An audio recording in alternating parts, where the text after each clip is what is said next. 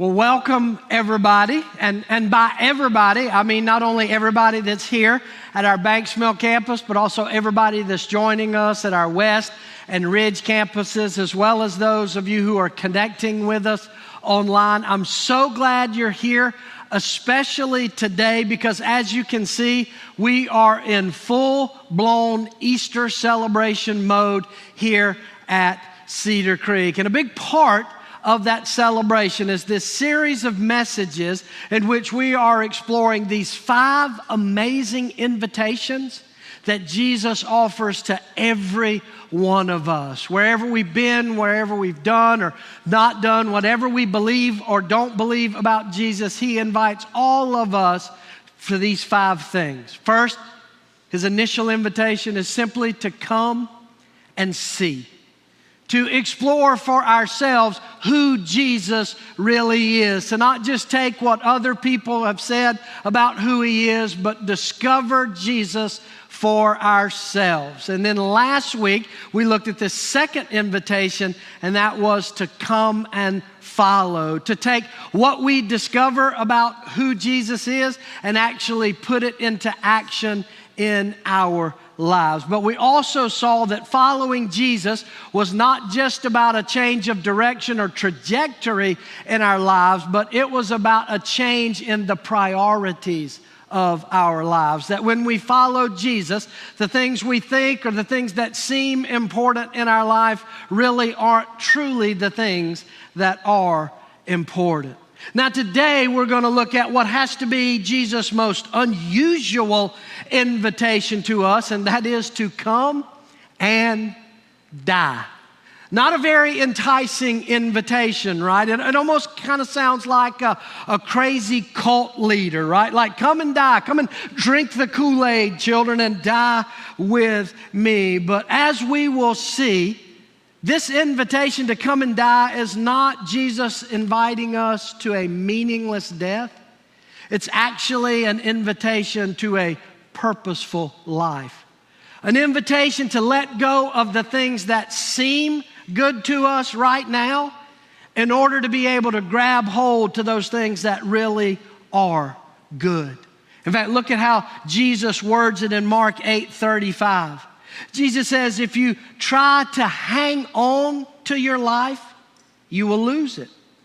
But if you give up your life for my sake and for the sake of the good news, you will save it. Now I have to tell you, of all of the statements Jesus made in His life, this one is by far the most countercultural and most counterintuitive statement ever. This idea that I have to die to myself to really live cuts against the grain of my nature and our culture, right? We live in a culture that promotes self-centeredness, right? We're bombarded with messages that say that it's all about you. Get what you can. Have it your way. If a truth is inconvenient, just adopt your own truth because it's all about you. But our culture pushes self-centeredness because we by nature are self-centered. The reason our culture is so self-centered is because it's catering to who we are at the core of our beings. We are born self-centered. If you don't believe that, go spend a few minutes over in our nursery today. Right? In fact, Terry and I just celebrated our 3rd grandchild, was just born a little over a week ago, and he is a beautiful, precious child, a beautiful boy. I was about to say little boy, but he's pretty big. He's a pretty big baby, and we love him, and he's precious, but I just have to tell you, he is one selfish son of a gun. right? He is completely self-absorbed. He wants what he wants when he wants it, and it doesn't matter who it inconveniences, right? But here's the thing, that doesn't go away when we grow up. Yes, we cover it well, and we put a nice others-focused facade on it, but the truth is, the core of our nature is self-centered. That's why social media is so huge in our world today. You ever wonder why billions and billions of people are on Facebook? I know what we say. Well, it helps me keep up with what's going on, helps me communicate and keep up with my children and grandchildren. And I'm sure that's a part of it, but let's just be honest with ourselves. We love Facebook because it is an entire web page dedicated to the glory of me, right? Because on Facebook, I can put my pictures. I can give my bits of wisdom. I can make my political argument. It feeds my self-centeredness. And into the midst of this desire for self and a culture of self, what Jesus invites us to do is the hard work of breaking free from ourselves so that we can break through to real life. And that's what I want to drill down on with our time together today. Now, you may remember when we left the disciples last week, they had abandoned their nets full of fish and their boats and their way of life to follow Jesus. And that's exactly what they did. For the next 3 years, they would spend time with, listen to, and learn from Jesus. And so about 3 years into this journey, Jesus decides to give them a little pop quiz to see what they've learned. Jesus turns to his disciples and said, hey, what are people saying about me? Who do people say that I am? And they say, well, some people say you're John the Baptist. Some are saying you're Elijah. Some people say, no, you're just the next great prophet of God. And then Jesus says, yeah, but who do you say that I am? And Peter, always anxious to speak for the group, says, you are the Messiah, the Christ, the Son of the living God. And Jesus says, bingo, Yahtzee, you got it. Now you understand who I really am and what I am here for. And now that they get it, that they get who Jesus really is, you will notice in the Gospels a shift in what Jesus is teaching them. I mean, up to this point, Jesus has primarily just taught them about the kingdom. He's always talking about the kingdom to come and his kingdom, and he's coming in as his kingdom, and they're going to be a part of his kingdom. But now that they recognize that he is the Messiah, the Savior, Jesus begins to talk not just about the kingdom, but how to get in on the kingdom. And what Jesus tells them is not what they want to hear. Because Jesus said, in order for this kingdom to come, the Son of Man must be turned over to sinful men. He must suffer and die on a cross so that 3 days later he can rise again. And Peter pulls Jesus aside and says, never, Lord, you got to stop talking like that. This talk about suffering and dying, it is bad for morale. The guys are going to get discouraged. It's hard for us to get a crowd. It's hard for us to get the crowd to keep showing up with us. We can't start this movement if you keep talking about death and suffering. And what does Jesus say to Peter? Do you remember Jesus' response?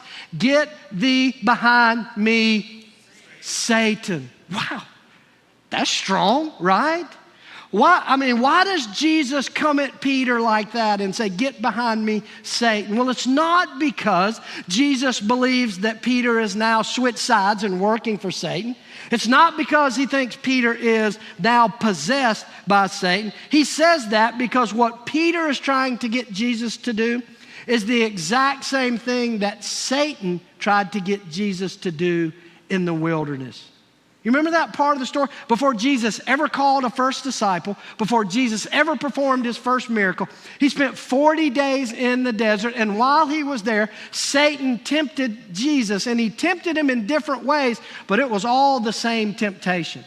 Every temptation that Satan threw at Jesus was all about taking the shortcut, taking the easier route, to grab the crown without going through the cross, to experience the glory without the suffering of the cross. And Jesus says not only is that his journey as Messiah, but he says that's also true for us as his followers. Look at how he says it, Mark 8:34. Jesus says, whoever wants to be my disciple must deny themselves and take up their cross and follow me. What does that mean to take up our cross? Well, first of all, you have to understand that before we turned it into a pretty piece of jewelry, the cross was a symbol of death and suffering. The cross was used by the Roman Empire to execute people. But here's the thing. It was not a clean, quick execution. It wasn't like a guillotine that was clean and quick. It was a method of death that meant suffering, sometimes hours, sometimes even days before death would finally come. And so when Jesus talks about taking up the cross, he's not talking about an easy road. He's talking about a painful, difficult struggle.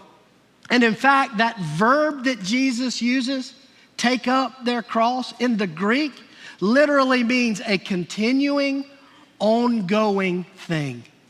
Right? In fact, that's why most English translations say, take up their cross daily and follow me. See, here's the thing. If you are a follower of Jesus, you have a cross to carry. You have a struggle. You have a suffering. You have a difficult road. And your cross may be different from my cross, and my cross may be different from your cross, but we all got a cross, and they are all difficult and painful. I'll give you an example of what I'm talking about. For some of you, giving generously is fairly easy for you. You just kind of have this open-handed, generous nature, this way about you. It's easy for you to give generously. And while giving is a good thing for you to do, it is not your cross to bear. It's too easy for you.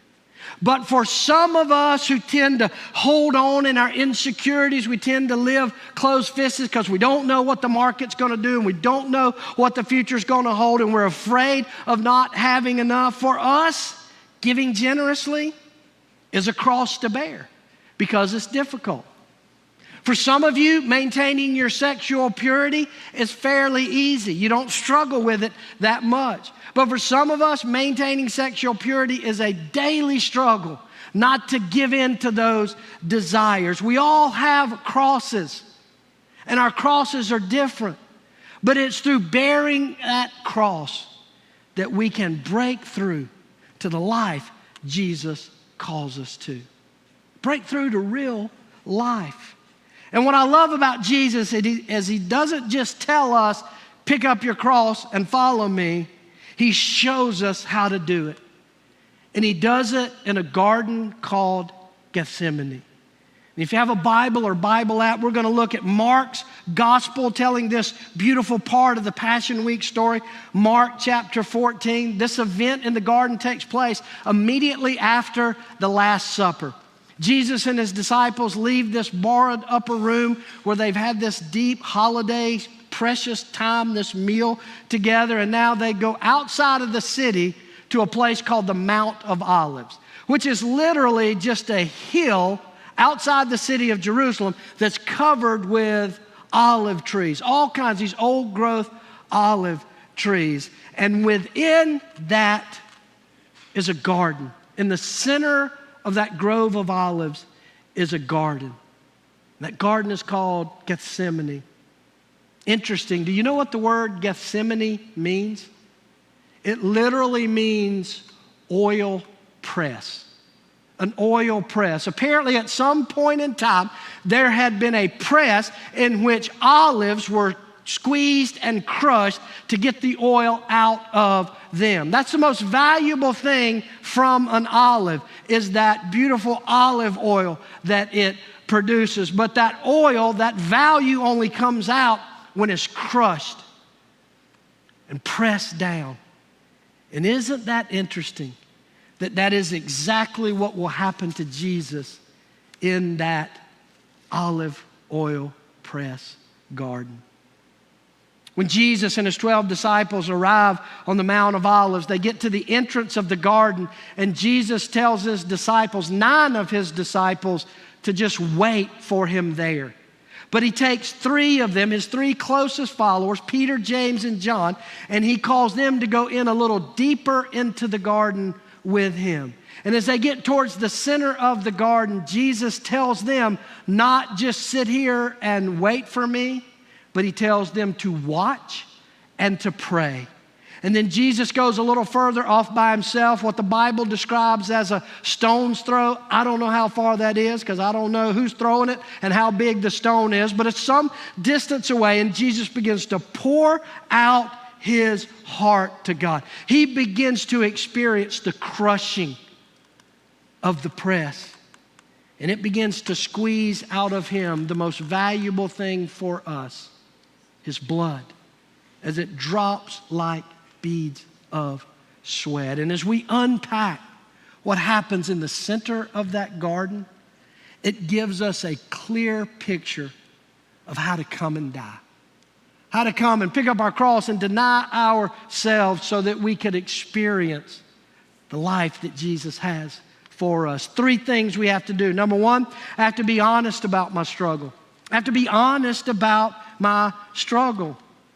See, one of the reasons we have such a hard time bearing our cross and dying to ourselves is because we keep it to ourselves. Nobody knows what that struggle is.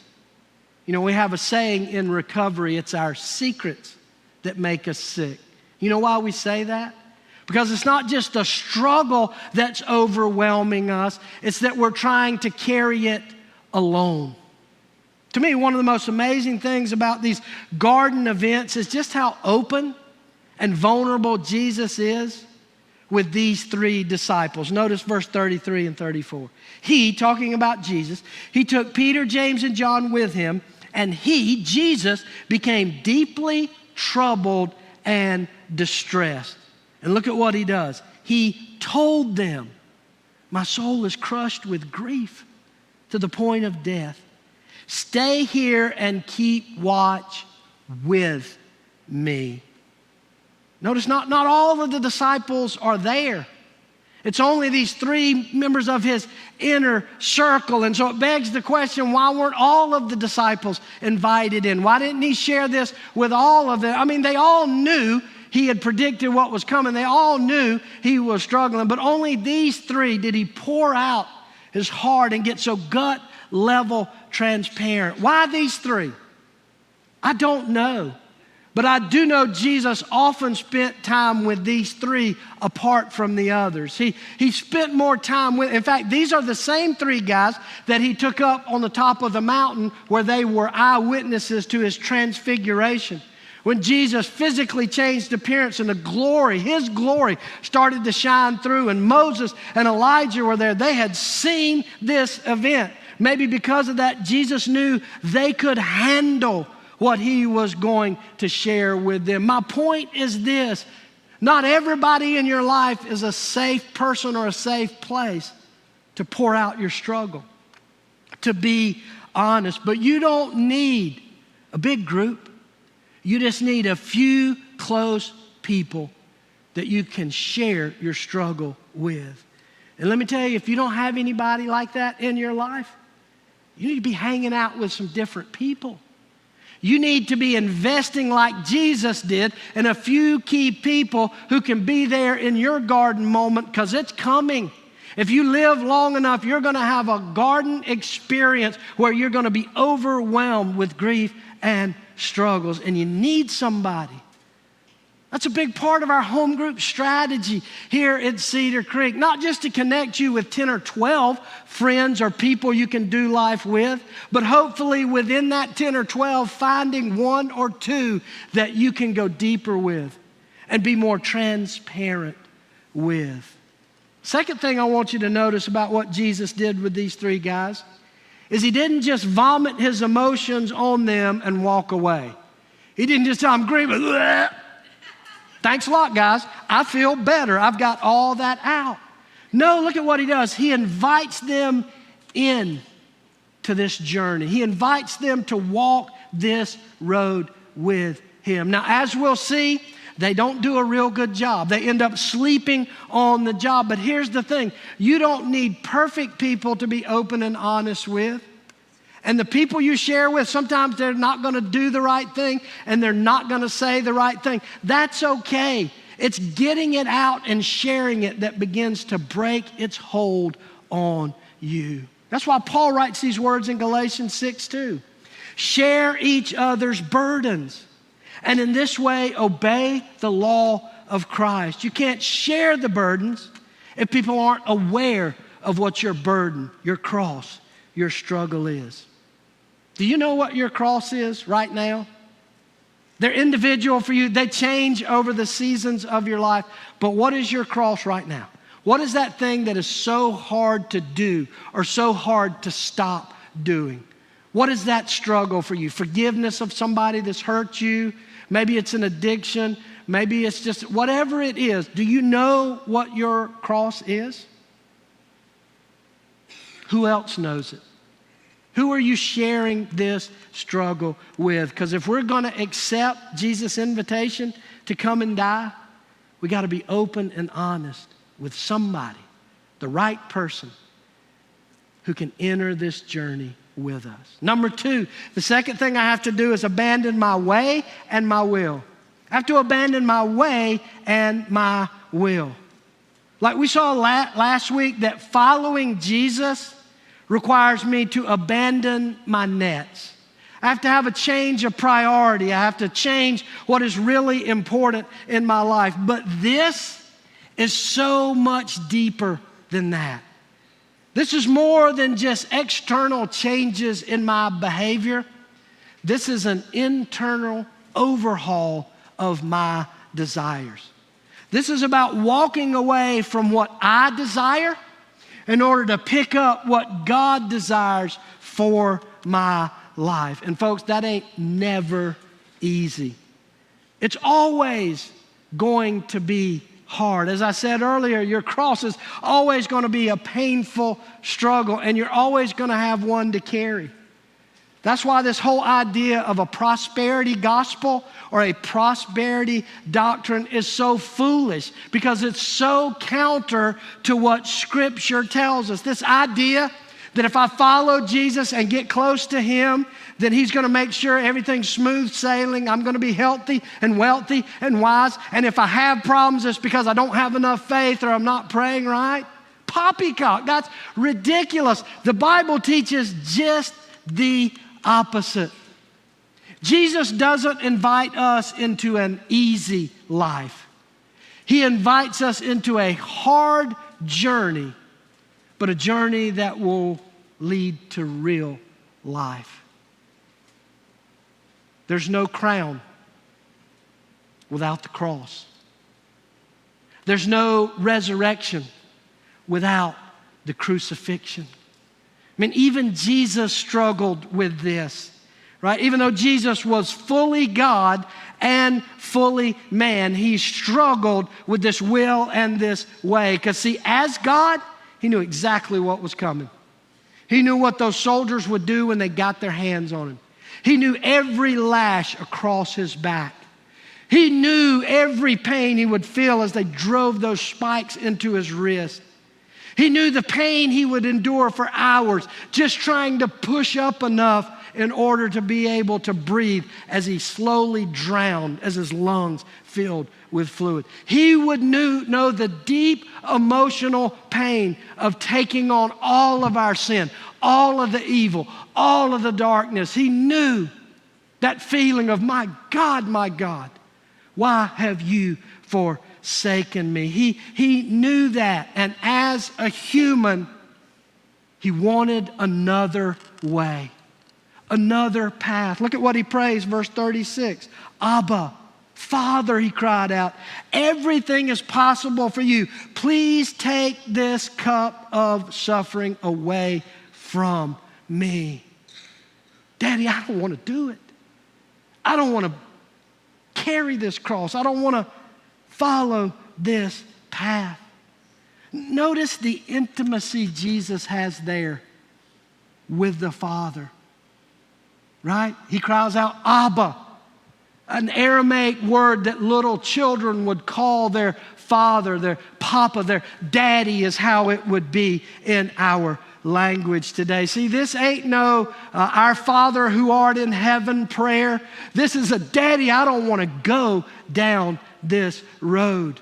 He's honest with God. We saw him being honest with Peter, James, and John. He's even more honest with God about his desire to not face this struggle. And let me just tell you, this prayer, this statement, this verse has given theologians fits for centuries, right? I mean, you get that, right? Because you understand what we have is God asking God to change God's plan. How does that work? And we could spend hours, days, maybe even months wrestling with this whole Jesus being God and Jesus being man. But here's the bottom line. You got to understand this. This is the heart of it. Jesus is fully divine. He is all God, and he is fully human. He is all man. And he is both of those things all the time. Jesus is not a mixture of a little bit of God and a little bit of humanity. Nor is he God over here and human over here, and he can switch back and forth like a superhero. And so, here's his normal Clark Kent struggle, and then all of a sudden he puts on the cape, and here's God in the flesh. No, he is all of those all of the time. And so what we see in this garden moment is the fully human nature of Jesus crying out for a different path. But then we see that same human nature, not the divine nature, that same human nature of Jesus abandoning his way and his will. Look at the rest of verse 36. Jesus said, "Yet I want your will to be done, not mine." You know how I know Jesus prays that part of the prayer with his human nature? Because the divine nature of Jesus is always in a line with God. Jesus said, "I'm all about my Father's will." And so if Jesus' human nature can choose to abandon his will and his way in that garden, so can we. It's not easy. In fact, if you read the passage there, and I hope you'll read the whole passage this week, you see 3 times Jesus goes back and prays this way. He keeps checking on the disciples, finding them asleep, but he keeps going back. It's not a one and done. Your will, not mine. Okay, bring on the soldiers, bring on the pain. No, it's a back and forth. See, laying down our will and our way is a process, not an event. It is a daily taking up the cross and a daily laying down on desires. I love how the Apostle Paul puts it in Galatians 2:20. Paul says, "I have been crucified with Christ, and I no longer live, but Christ lives in me." Understand, tradition tells us that Paul would be martyred for his faith in Jesus, that he would die. He would not be crucified. Tradition tells us that he was beheaded. Tradition tells us that Peter was crucified, although upside down. My point is, when Paul says, "I've been crucified with Christ," he's not talking about something that's going to happen down the road. He's talking about how he has lived his life since he met Jesus. Paul said, "I'm laying it down. I'm being crucified with Christ daily. I'm laying down my life. I'm laying down my will. I'm laying down my way, my desires." And as a result, Paul's life was full of pain and struggles and difficulty because he laid down his desires and picked up his cross. And even though his life was full of pain and difficulty and struggles, his life was marked by joy and peace and hope. A joy that was deeper and more fulfilling than temporary happiness of his circumstances. A peace that was transcendent of whatever he was going through. And a hope so deep that it could never be taken from him. That's what happens when you lay down your will, when you lay down your way, when you walk that difficult road of the cross, you start finding the crown. You start living in the hope of the resurrection. Finally, number 3, the third thing we have to do to accept Jesus' invitation to come and die is to push back against my temporary needs. Push back against my temporary needs. This is so interesting, but it's really easy to miss. Most of us know that following Jesus means I need to let go of my wants and desires in order to follow His plan and purpose, right? That's kind of basic Christianity. Lay down your wants and desires. But you need to understand, sometimes we even have to postpone our own needs in order to go where Jesus wants us to go and be who He wants us to be. These 3 disciples that are with Jesus, they're a great example of this. However, it is a negative example. Because as Jesus is over here pouring out His heart in prayer and sweating drops of blood, what are they doing? Sleeping, right? Sleeping on the job. And it's easy for us to throw them under the bus. Man, He's done everything for you. He just asked you to watch and pray, and you just fall asleep, you bunch of lazy bums. But you need to understand, they were exhausted. This had been an awful week, a draining week that had the up and down emotions of the week. They've been busy doing everything all week. They were physically exhausted and desperately in need of sleep. Look at verse 40. It says, when Jesus came back, He again found them sleeping because their eyes were heavy. They needed sleep, and that was a legitimate need. So why does Jesus keep waking them up? Is He just being mean to them? No. He knows as much as they need this sleep, right now is not the time for sleep. Someday, one day, they'll have an opportunity to sleep, but this is not the time for sleep. Well, what is it the time for then? Well, look at Jesus' instructions, verse 38. Keep watch and pray so that you will not give in to temptation. Keep watch and pray. Let me ask you, does Jesus ask them to do that for Him or for them? Why does He want them to keep watch and pray? For His benefit or their benefit? It's for their benefit, so that they will not fall into temptation. Jesus doesn't want them to keep watch, to be an early warning system, to let them know, hey, the soldiers are on the way with Judas. No, He's all God. He knows exactly when they'll come. And He's not asking them to pray for me because I'm over here struggling. He's asking them to pray for when their moment of the cross comes. And because they do neither, when the soldiers come, they're not ready. They panic. They run away. Jesus, on the other hand, calmly accepts the struggle, this road, this path that God has called him to. But they're not ready. Not yet. You know, none of us were in that garden that night.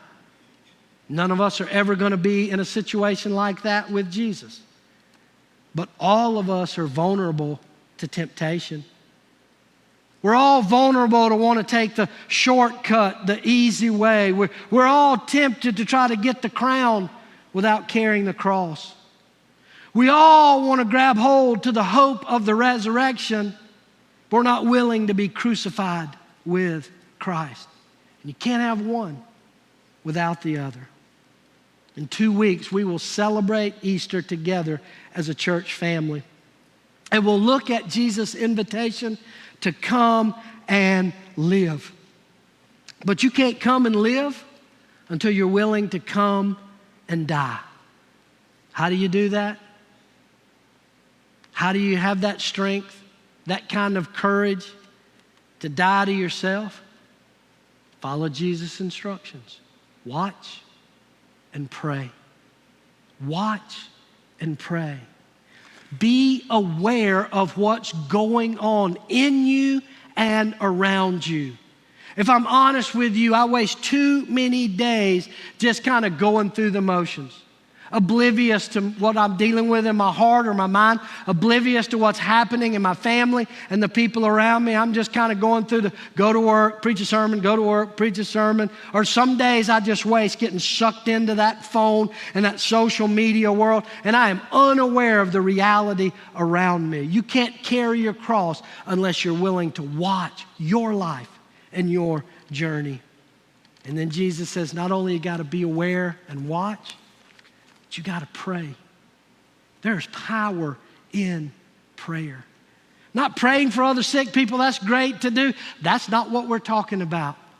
We're talking about praying like Jesus. I don't want to walk this road, Lord, but your will, not mine. So let's just do that right now. Wherever you are watching, sitting at home, in a campus, just close your eyes and bow your head right now. Would you cry out to God for your cross? Would you just ask Him to meet you where you are?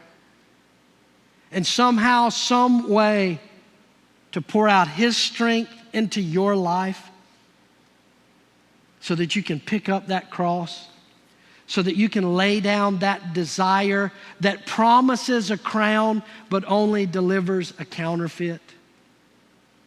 Would you ask Him to walk daily with you as you pick up your cross, deny yourself, and follow Him to a life, a beautiful life that's full and abundant and eternal?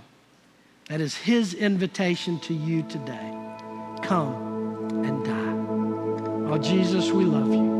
We need you. In your name we pray. Amen.